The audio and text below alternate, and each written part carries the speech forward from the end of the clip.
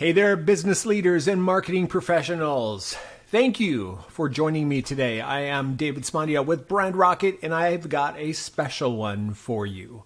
This is Google versus Facebook. Let me just shrink my picture down here to get out of the way.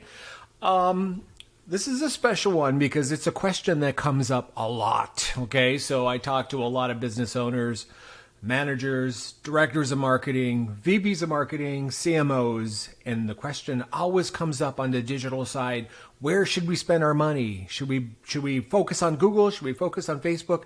If it's B2B, should we focus on LinkedIn? And the answer is sometimes it depends. You know, those answers that kind of drive you crazy.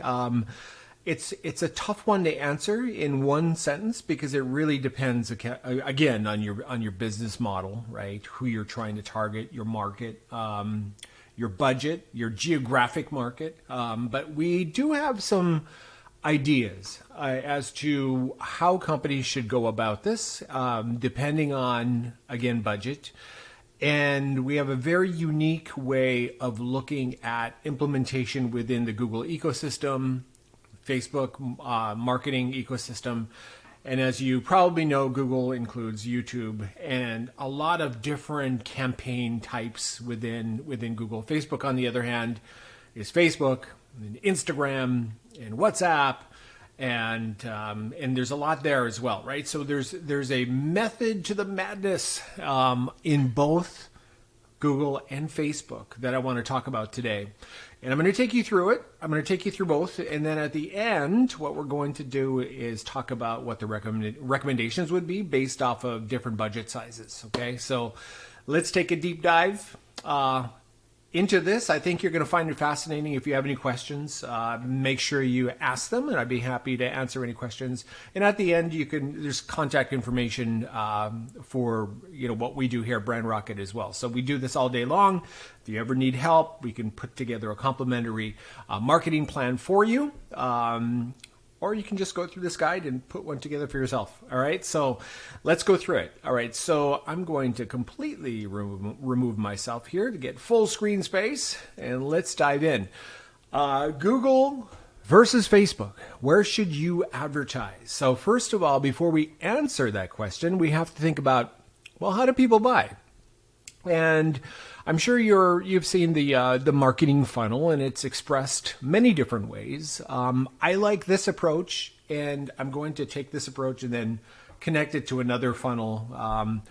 You'll see here in a few seconds, but let's just start with awareness levels, okay? And a lot of times this is also expressed as cold, medium, cold audiences, medium audiences, hot, sizzling audiences. There's many different ways to express this, right? So when somebody's unaware of a product or service, this is a cold audience. But we're not going to get into temperatures and audiences. Just know that you're going to see these funnels expressed in a myriad of different ways. Let's talk about awareness. Okay, so we have unaware, problem aware, solution aware, product aware, and then most aware, which is really where we want to be. Right? So this is a much larger audience. A lot of times we're talking about millions and millions and millions of people. Or if you're very niche, B2B, maybe not so many, not millions, but maybe thousands, sometimes even just hundreds if there's very specific titles that you're willing to target or wanting to target rather. But the thing is, like, top of funnel, of course, the audience is bigger, and then they qualify themselves as we move down the funnel. But here are the different awareness levels, and let's take this into more detail. So unaware, prospect doesn't even know he has a problem. Okay, no idea. So there are a ton of products and services out there that address problems that a lot of us don't even realize exist, right? And they might not be pertinent, but a lot of times they are. And it's a struggle for companies to be able to get the proper message out to the right person at the right time. So unaware, don't even know there's a problem. And so through this is what we call top of funnel marketing, then they become problem aware. Prospect is aware. I'm sorry, I just jumped ahead of myself. this is the prospect is aware of the problem but doesn't know that solutions exist to solve it. So the marketing hasn't really kicked in yet. They're just aware of the problem. Now it could be where the marketing is actually talking about the problem, but not talking about the specific solution. In fact, that's really the goal at the top of the funnel anyway, right? So we're not hammering home, we're not overselling something, we're just making them aware of a problem in general. That could be educational materials, it could be videos, it could be webinars, things like that. But it's not like hard sell stuff, right? Then we get into solution aware. Problem knows about the solutions available to solve his or her problem, but hasn't chosen one and is not aware of your solution specifically. And then we get into product aware. Prospect knows about your solution, but is not completely convinced that yours is the best solution. Okay, so maybe they're looking at different competitors. And then most aware prospect knows a lot about your product, is very close to making a purchase. He's just waiting for the right offer, right? So this is the funnel flow. And when we look at Google and Facebook, there are different ways of going at the funnel, which is really interesting. In fact, in a lot of ways, they're opposite. And we'll get into that in a few seconds, okay?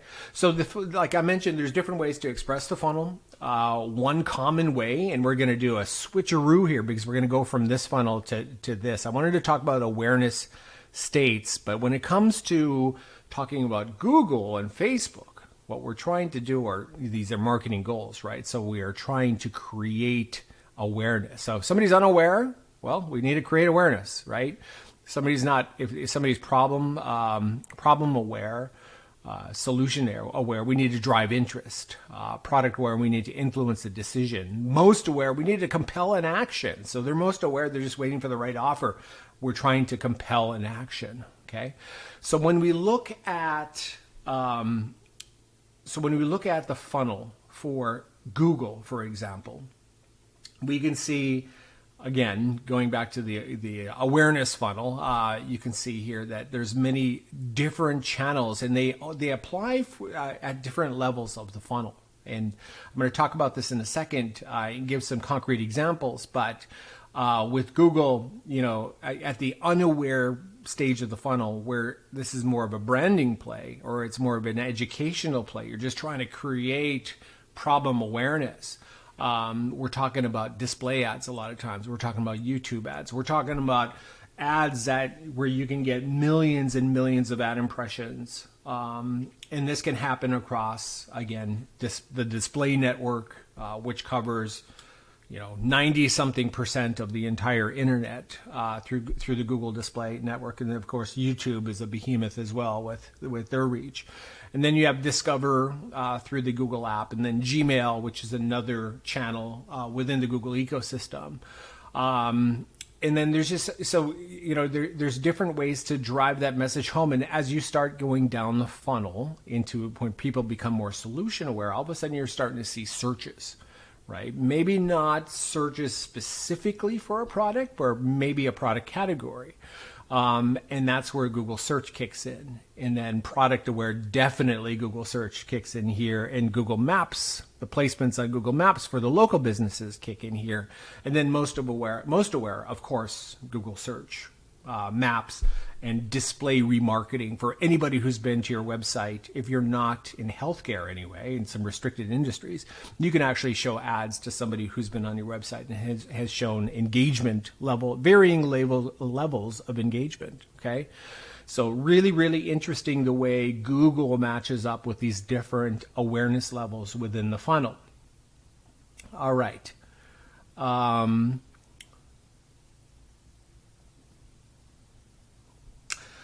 And on the Facebook side, or Meta, as they're called now, you again have different channels, right? So we have Facebook, we have the Messenger, we have Instagram, we have WhatsApp. And depending on where that awareness level is, it really connects to very specific channels within Facebook. So unaware, this is where we would see top of funnel targeting through Facebook, which could be the reason we have this here. Lookalike audiences based on current customers and custom audiences. Custom audiences, these audiences are massive within Facebook. You know, they're interest behavior audiences, and they could be millions and millions of people, really big audiences. So top of funnel audiences. And then problem aware, the same thing, right? So, and I'll get into how we actually move somebody down the funnel within Facebook. It's actually interesting because on the Google side, as you'll see here shortly, we're moving people up from the bottom of the funnel up. So a lot of times we're starting with search and we're working backwards. On Facebook, we're going the opposite direction. We're starting at the top of the funnel and working down. With the exception of if you've already been running the pixel for a while, you will have some engagement metrics that you can tap into, and you can actually do a bi-directional funnel within the Meta ecosystem. I'll talk about that more here in a second. But we have, just generally speaking, we're starting at the top of the funnel with very large audiences for Facebook and Instagram, and we're running ads with messages that speak to those levels. So that's really, really important, right? The message is directed to where somebody is on that buying journey. So you wouldn't speak to somebody at this problem aware level, or definitely would not speak to somebody somebody who's completely unaware of the fact that they even have a problem by using most aware marketing messages. And it is a common problem that you see in a lot of advertising where they're just speaking to the wrong person in the buying journey, and it's a complete waste because it doesn't resonate. So with digital marketing, one of the great advantages of digital marketing is you can speak to your prospects at different levels in a different way. So somebody who's unaware gets a very different message than somebody who's problem aware. And as they start to declare where they are in the funnel through engagement, through actual digital engagement, whether that's spending time on a website for X amount of seconds or watching a video for X percentage of the time, it's basically like they're sticking their hand up and saying, I'm aware, here's where I am, now feed me another message. So they're just working their way through the funnel based off of actual interaction and engagement with your digital assets, okay? So as we move down in the meta world, we then can start expanding into Messenger. So these are really communication based, right? Messenger and WhatsApp are communication platforms. So then you can start, as they start engaging with your business, you can start harnessing Messenger and WhatsApp functionality in advertising to be able to bring them to the coveted position of most aware. Okay, so down here, it's bi-directional.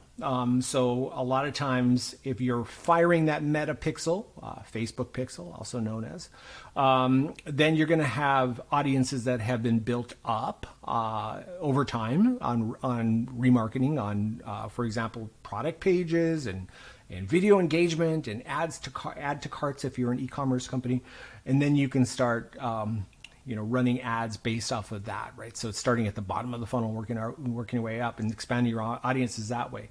It really is a bi-directional play within Meta.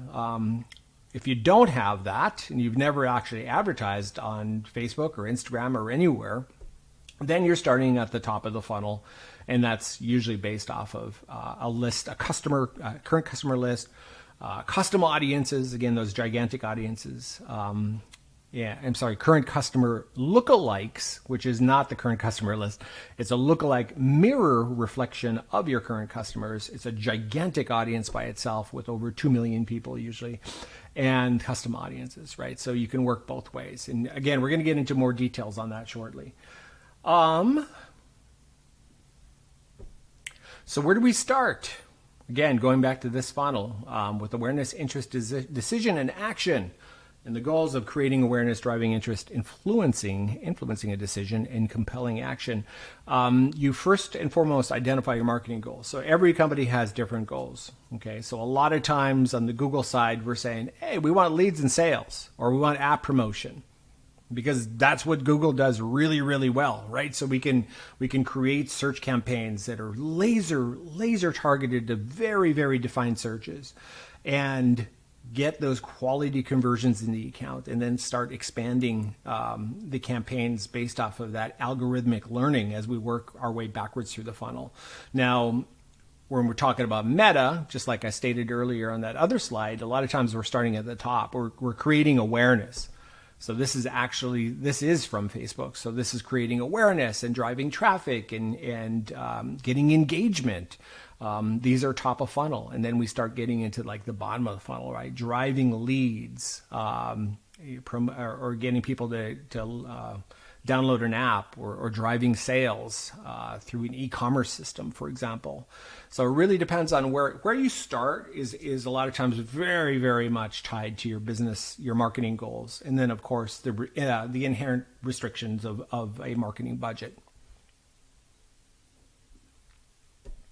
And a lot of times these goals actually determine the budget. So if you are going to be, if your job is to just create awareness, and your market happens to be all of the United States, that's going to cost a pretty penny, right? So you got to, even though top of funnel on a per unit basis is a lot cheaper than bottom of funnel on a per unit basis. So when I say per unit, I'm talking about like cost per impression, cost per click, cost per video view. Top of funnel, because it's so broad and it's not targeted to a very specific person, those costs per whatever are a lot cheaper. So cost CPM, cost per impression, CPC, cost per click, CPV, cost per video view. They're a lot cheaper on a per unit basis. So you can get a lot of them. So you can get millions and millions of them, right? But then again, if you're getting millions times, even at those lower cost per units, it's going to be a very large budget to be able to do what you want to do. And it's more in line with like television advertising or billboards or things that are more traditional, where it's just a shotgun blast across your market and you're looking for engagement. And then you can start showing other ads based off of that engagement on digital. So a middle of funnel, better targeting. So now the targeting gets better, but it also increases our cost of impressions, cost per click, cost per video views. And then, of course, bottom of funnel, laser targeting, right? So we know exactly who we're looking for, what the searches are. These are better leads and sales, but it definitely increases the cost per unit. So CPMs are higher, cost per click is higher, cost per video views are higher. So goals determine budget, right? So it really depends on what are we trying to accomplish here as a business? What is the market area? And that will direct us, where we need to be running ads within the buying journey or the funnel, from creating awareness all the way down to compelling action. Now, a lot of times our recommendation, and this should really have a Google logo on it because it's more applicable to Google, is the bottom up approach. Okay, so again, starting at the bottom of the funnel, this is especially true for companies that have limited budgets. So starting at the bottom of the funnel, knowing exactly what you want to target in terms of those searches, the keywords, and this is where what we do really comes in handy because we know this very, very well. Identifying the best keywords that add the most value to your business, and getting the conversions measuring on your website or wherever you're sending your prospects. So getting conversion measurement, form submissions, sales, so I'm talking to lead forms, right? Lead forms, sales, phone calls that last X amount of seconds. They can be tracked within Google or they can be tracked in third-party apps like CallRail, for example. But what we do with Google a lot of times is we start at the bottom of the funnel, and I'll talk a little bit more about that here shortly. But what we're doing is we're training the algorithm. We're saying, okay, this is what we want. This conversion, this phone call represents success. We're using that as food for the algorithm so the algorithm can learn about who our perfect customers are. And then we can start seeding and expanding. We're seeding the algorithm. A lot of times we're looking for certain goals in terms of conversions per month. And then we start adding different types of campaigns to expand the funnel as we work our way backward from action to awareness. And it's actually magical because what happens is if you do it right, then that's where the real scaling happens, right? So you're not just guessing. These are algorithmically informed conversions as you're working backwards through the funnel. And again, more specific to Google than Facebook, although Facebook does have some of this, but Facebook, again, to repeat from the past slide, is more bidirectional. So getting into a little bit more detail here. So with Google, so our phase one, a lot of times, is targeting known performers at the bottom of the funnel. Okay, so we have this section down here, action, and that's what we're talking about here. So this is Google search. We're targeting ads to known high intent searches. This is where we spend a lot of times a couple days doing keyword research because it's very extensive. Looking at your traffic, looking at competitors, looking at third-party tools, looking at Keyword Planner, actually typing in searches into Google, seeing what they look like. Do they have commercial intent? Are they educational? You don't want to waste your money at this. At the bottom of the funnel, you want to make sure that you're targeting the right keywords because keywords mean a lot of different things, and that you are measuring properly. So conversion measurement is vital as well. So we're targeting known, so this is really important, known high intent searches. We're dominating the page position for those right searches. So we're not squandering budget on keywords that don't matter, which, oh my gosh, I do a lot of audits and I see that over and over again. These campaigns are not configured properly, 90% of the time, I would say. And I understand why, because most people, when they go live with Google, they're just taking Google recommendations, and Google's default, it's mind-blowing. Google has to do what they're doing. They're a publicly traded company. They have to show results quarter after quarter. So they will do everything to, not intentionally waste your money, but they straddle a very difficult position because they have to show some results, but they also have to show revenue growth. So when these campaigns are created with Google guidance, a lot of times, a vast majority of the times, they're going to be configured incorrectly with very, very broad targeting, and you're not going to get the right searches. That's the point, okay? And again, we're training the algorithm with success for the right searches. All right, so once we've done that and we've hit our goals there, then we start expanding. We're still at the bottom of the funnel, by the way, but we start expanding to unknown performers. So there's a whole bunch of searches that we don't even know are happening. No idea. Like, there's no way that our keyword research would ever find them. And when I look at the data, client after client after client, I am blown away because I go, there's no way I would have ever known that somebody would search that. It converts into a customer. Okay, so these are ads targeting unknown high intent searches. This is where the algorithm is starting to really click. It understands who our best customers are, and it's looking for buying signals. So it's not looking specifically at keywords per se. It's not looking for specific keywords. It's looking at buying signals. So if somebody is logged into Google and they're searching for something on their phone, they go to their desktop and they're going to different competitors and they're showing all these different signals, and there's hundreds, if not thousands of them, that would indicate that this person is ready to buy. That's where Google is starting to show ads, right? So these are the unknown performers at the bottom of the funnel. So algorithm targets the buying signals. These are obscure, unpredictable long tail searches and higher search volume. So there's a ton of these searches, again, that we would just never know about. And this is where the magic happens, because you can really scale an account if it's properly seeded and you're expanding it the right way by informing the algorithm as to what success looks like and then working your way backwards through the funnel. And again, on the Google side, phase 3, now we're just marching up that funnel, right? So now as we keep expanding out, we've gone from very, very tightly defined search campaigns. Then we've expanded those search campaigns by using things like target CPA and target ROAS and different match types that make sense when they're combined with smart bidding. Then we could take it up the funnel. Once those have proven themselves, then we move it up the funnel even further, and we can start harnessing Google Performance Max, for example. If you don't know what that is, it's multi-channel by itself. So it's like YouTube and display and search and Discover and Gmail and Maps.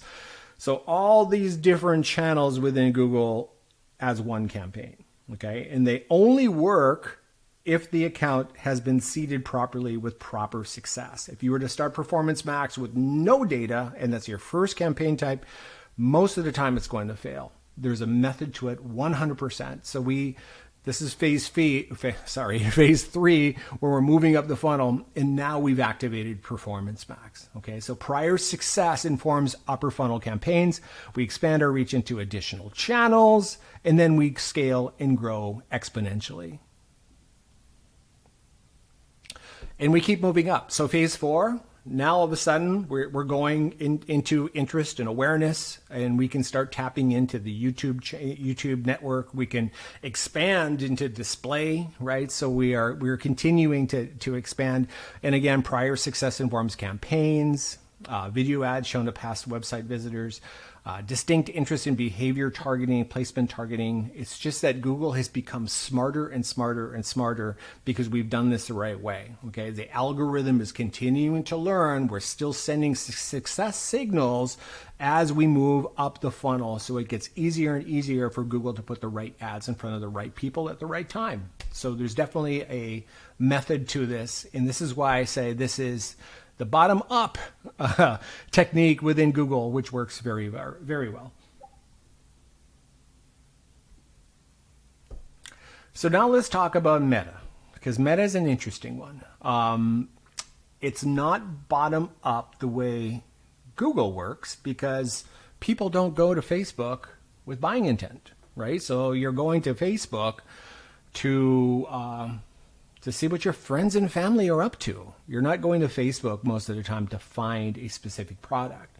So how does Facebook even know how to show ads? I'm sure you've been on Facebook and you've seen ads that are relevant to you. How in the world does it even know that, right? So this is where we're doing advanced targeting, right? So we are working bidirectionally. So when you go to Facebook and you see things that are very related to your lifestyle or things that you buy, that most likely is coming from remarketing ads on product pages, video engagement, ads to cart, things like that. It can seem creepy sometimes, actually. And there's a lot of times where people are like, I think Facebook is listening to me, right? Well, I don't think they are, although I have no idea. Maybe they are, but there's definitely points of engagement that are being measured constantly. And if you've got the Facebook or the Meta Pixel running on your website or app or wherever, and you should, even if you're not running ads, then these audiences are being built over time. And you can run remarketing, provided you're not in healthcare or any restricted industries. You can run remarketing ads on a myriad of activities and levels of engagement. So that's starting definitely from the bottom of the funnel up, because you're talking about somebody who's most aware at that point. And a lot of times that traffic has come through Google, or it's come through direct, or it's come through SEO, or it's come through a different source. But now, even though it's come through another source, we can run ads to that traffic, right? So we start at the bottom of the funnel in that case and expand it out, right? But a lot of times with Meta, if you're starting from scratch, you don't have any of that. So a lot of times you're starting at the top of the funnel and working your way down. So the traditional way of starting with a very large audience of people that are unaware and then running ads, again, to repeat what I said earlier, at these different running ads that are specific, communicate specifically to these different awareness levels. It's super important that your communication is not the same across, because these different awareness levels need different levels of communication. And as they engage with your ad assets, let's say videos, for example, again, they're declaring their position in the funnel, and you can change the messaging based off of where they are in that buying journey, and then start adding in other channels within the Meta ecosystem, such as Messenger and WhatsApp, which are communication channels, right? So so let's get into that a bit here. So again, bidirectional. So if you're brand new to Facebook and you have not run the Meta Pixel, Facebook Pixel, then you're starting from scratch, right? So at that point, you are starting top of funnel. And here's an example. You are targeting uploaded prospect lists. You are targeting lookalikes based off of your customer lists, or you're tapping into custom audiences that are behavior or affinity or behavior-based audiences, what people like, for example. They're really large audiences, so it's very much top of funnel and across millions and millions of different people. But as you work your way down the funnel, then you can start retargeting off of video engagement, for example, or page engagement, depending again on how your website is structured. And again, to repeat this over and over again, the videos should be communicating at the level in the funnel that for the person that you're trying to target. And as they engage with the videos, the video content changes, right? So it starts to become more about, this is more educational content, and you're just trying to address these different awareness levels. So, you're aware, this content talks about the problem, right? And then this content talks about the solution. This content talks about the product. And then this content talks about your product specifically. And so the video engagement is really important because, again, this basically they're putting their hand up and saying, I'm interested. So if somebody watches something about, the problem, and they watch X percentage of the video, then you're sending another batch of videos out based off of what they know as they work their way through the buying journey, right? So in terms of pages, this could be like retargeting on product-specific pages or service-specific pages. This could be retargeting on pricing pages or frequently asked questions or contact pages. If you're e-commerce, it's add to cart or begin order pages.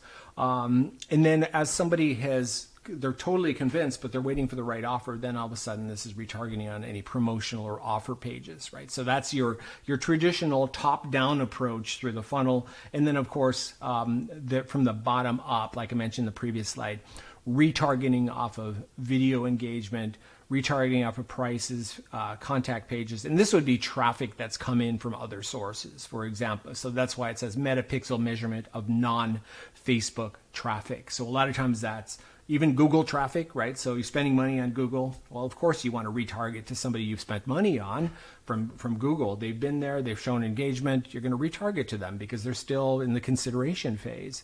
So it can be a lot of different traffic sources that are not even related to Facebook specifically, but you're just trying to stay top of mind and you're working your way from the bottom of the funnel up, okay? All right, so what in the world should we do? So I presented to you, we've talked about the way Google works, the way Facebook works. This takes us back to our question. Where should you advertise? And again, the answer remains the same. It depends, right?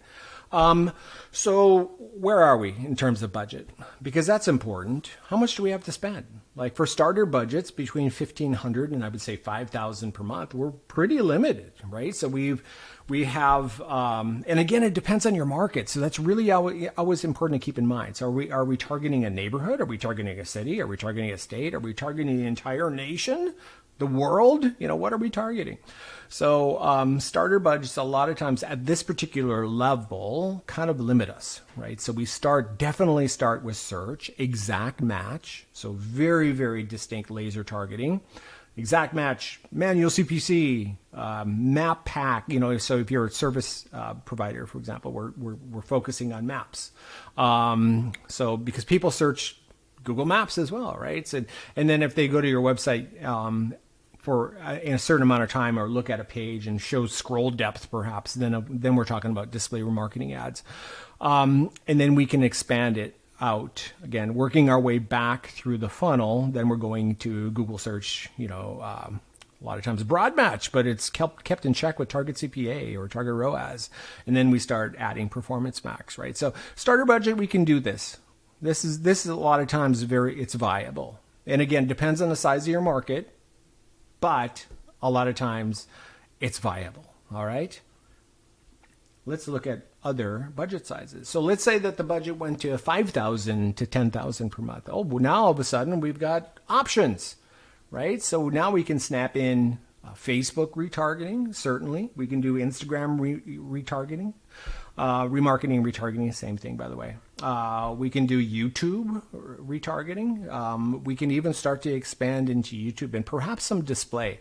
It really depends, again, on the market, right? So if we are servicing a small city, then we can do more than if we're servicing like Chicago or New York or something like that, right? So it really depends. But again, what we say down here, we do this stuff all day long. So if you need help with it, just let us know and we'll be able to put together a plan for you. All right, so there's one more level that I'm going to talk about. That's an intermediate budget, and that's $5,000 to $10,000 per month. I don't go into big budgets because that's where it starts. The slide isn't even big enough for it because we can go into a lot of different channels. There's more to this world than Facebook, Instagram, and Google, right? There's other ways to go at the market, which are digital and even non-digital a lot of times. But the big budgets certainly do that. The big brands do that all day long. But if we're talking about intermediate budget, $5,000 to $10,000 per month, now all of a sudden we can expand. We can do like display targeting, display network targeting. There's a whole bunch of targeting opportunities within the Google Display Network that we can get into. Of course, we can start expanding it into audiences on Facebook and Instagram, and then YouTube again. And because we've done our work and we've done this the right way by starting down here, the bottom of the funnel, and working our way up, then all of a sudden this just makes sense. It makes sense to grow an account this way. A lot of times we'll start, for a couple months, we'll start here and then we'll just snap these in as we move forward in time. And then we'll add these as we move forward in time. And it literally is how we scale cross, omni-channel campaigns across Google and Facebook and LinkedIn and whoever else, even though this, we're just talking about Google and Facebook in this particular case, or Google and Meta, I should say.